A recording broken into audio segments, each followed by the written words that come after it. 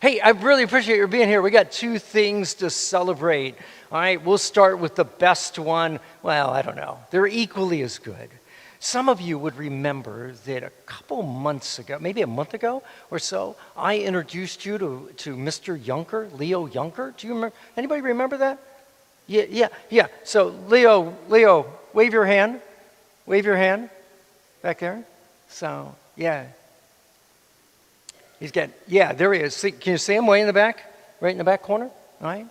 So there he is. So Leo on Friday celebrated his birthday. He is 99. Hey!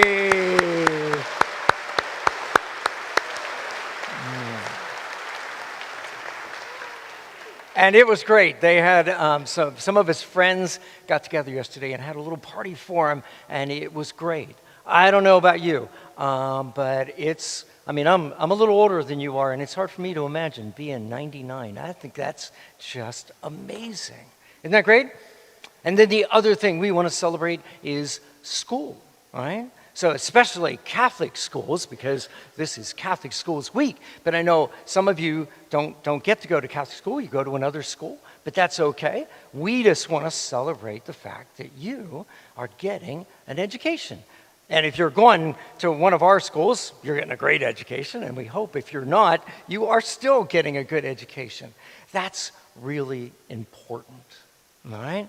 So, whoops. That's okay. Hey, so here's an interesting point, though.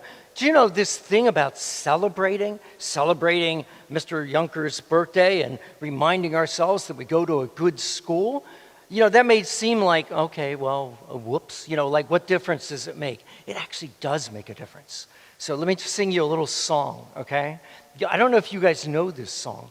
Your parents know this song. But listen to the words. It goes like this.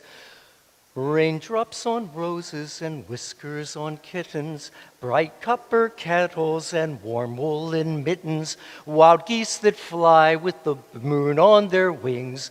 These are a few of my favorite things. Girls in white dresses with blue satin sashes, snowflakes that stay on my nose and eyelashes, silver like white winters that melt into spring. These are a few of my favorite things. This is the important part. When the dog bites, when the bee stings, when I'm feeling sad, I simply remember my favorite things, and then I don't feel so bad. That is Julie Andrews from an old movie called Sound of Music, and she knew something, or the guy that wrote the song, the two guys that wrote the song knew something. That is that we, you and I, have a lot of control over whether we're feeling happy or sad. And so if you have a rough day, something doesn't go well at school, sometimes all you have to do is think of something good. Something you like, or something good that happened, or remind yourself that there are really wonderful people in your life. Like in my case, Leo's such a good guy to me, so encouraging to me. Or maybe you just remember, even if school's not going right now, right now I get to go to a really, really good school. Okay? So that's my advice for you this week. If you're not feeling too good about something, just pause for a moment and be grateful for the things you got. Be great. Think of something that makes you happy. Okay? All right, thanks. I appreciate your being here. Why don't you go back to your seats?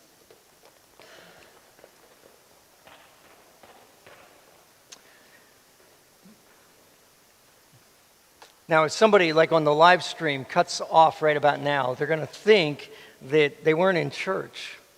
Because they're going to think, well, okay, that was lovely and fun, but like, what's that got to do with God? But I don't know if you caught it, but is what I just told the kids is not in the Beatitudes. Jesus, this doesn't, there's lots in the Beatitudes, but if you think about it, you start looking at it, like, it seems odd. Blessed are the poor, and blessed, in case you don't know this, blessed is a word that can reasonably be translated as happy. Happy are the poor, or poor in spirit. Happy are the meek. Happy are those who are persecuted. Happy those who mourn, mourn some loss. That doesn't make any sense. Our culture would tell Jesus, was like, oh, Jesus, sorry, could we rewrite this for you? Because you really should be saying, blessed are the rich, blessed are the popular, blessed are those who have influence and power. Oh, Jesus, that's what you should be celebrating, because everybody knows that the way to be happy is to have lots of money and stuff, and have people look up to you, and have people like you, and be able to do lots of things maybe that other people can't do. That's how you're happy, Jesus. And Jesus seems to look at them and go like, you're nuts. And if you think about it, he's right. I mean, really, all you have to do is, sure, we see a lot of stuff on the media that seems to indicate, yes, if you have money and influence and power or popularity, those kind of things, it seems like that would lead to happiness. But does it? I mean, how many, pick a star, pick a celebrity, pick somebody that's on the news often. Are they happy? I mean, how many stories do we have in our culture of someone who has all this stuff and then it just doesn't seem to do anything for them? There's a terrific book written years ago by a Jewish rabbi. He entitled it, When All You Ever Wanted Isn't Enough. He captured that moment, the moment of the rich young ruler. Do you remember that story? That's a description of this guy. He's a young guy. He is a ruler. He's got some power. He's rich. And you find out in the story that he's a nice guy. Like, he's a really nice guy. But he goes to Jesus and he says, I'm missing something. And so it's just this proof, if you will, another illustration of the fact that this idea that, if I was a rich young ruler, of course I'd be happy. Well, maybe not. And so where does our happiness come from? Well, basically, the culture tells us that if you work hard and you have all these attributes and all that stuff, then that will lead to success. Some of us, we grew up with this. They told us, work hard at school, because if you do that, then you'll get into a better school. And if you work hard at that school, then that'll get you to a good job. And then you have to work hard at your job, because you have to either go get a better job or work up in the company you're in. And if you keep doing all this, if you keep working and working hard, somewhere down the end of the line, you'll be happy. It's just, if you think about it, it's silly. We keep pushing happiness away. Why can't I be happy as in elementary school? Why can't I be happy in high school? Why can't I be happy in my first job when they don't pay me anything? Why can't I do that? And Jesus in the Beatitudes says, of course you can. Because happiness does not depend on your circumstances. It seems like it does, but it doesn't. Happiness does not depend on your circumstances. Julie Andrews knew this. Science will prove this to you. And Jesus told it to us in the Bible, that indeed it's the other way around. If you are happy, then lots of really good things follow. Everybody knows that. You're in a good mood, lots of things happen that are good. And that you can do something about your happiness. Now, I could quote you lots of scientific research about this, but I can also quote the Bible. The Bible tells you a couple things. Be grateful. Be grateful. Just the idea of being grateful will change your outlook on things, especially if you really work at it. So, like, for example, if you were today to write down 3 things that you were grateful for, and the next day you wrote down 3 more, and 3 more, and 3 more, but you do not repeat them.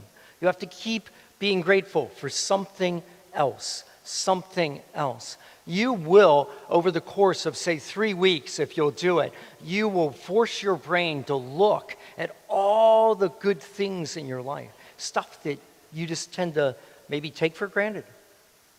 That idea of you then focusing on the good, being grateful, will indeed change you in a small but significant way.